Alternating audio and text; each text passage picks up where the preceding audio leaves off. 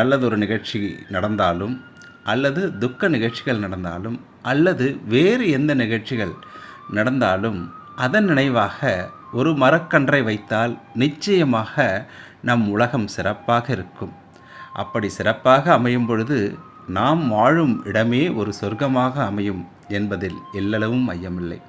அதனால தானே நம்ம திரைப்பட பாடலில் ஒரு பாட்டு வரும், சொர்க்கமே என்றாலும் அது நம்மூரை போல வருமா, அது எந்நாடு என்றாலும் நம் நாட்டுக்கு ஈடாகுமா அப்படின்னு சொல்லிட்டு ஒரு பாடல் இருக்கிறதில்ல.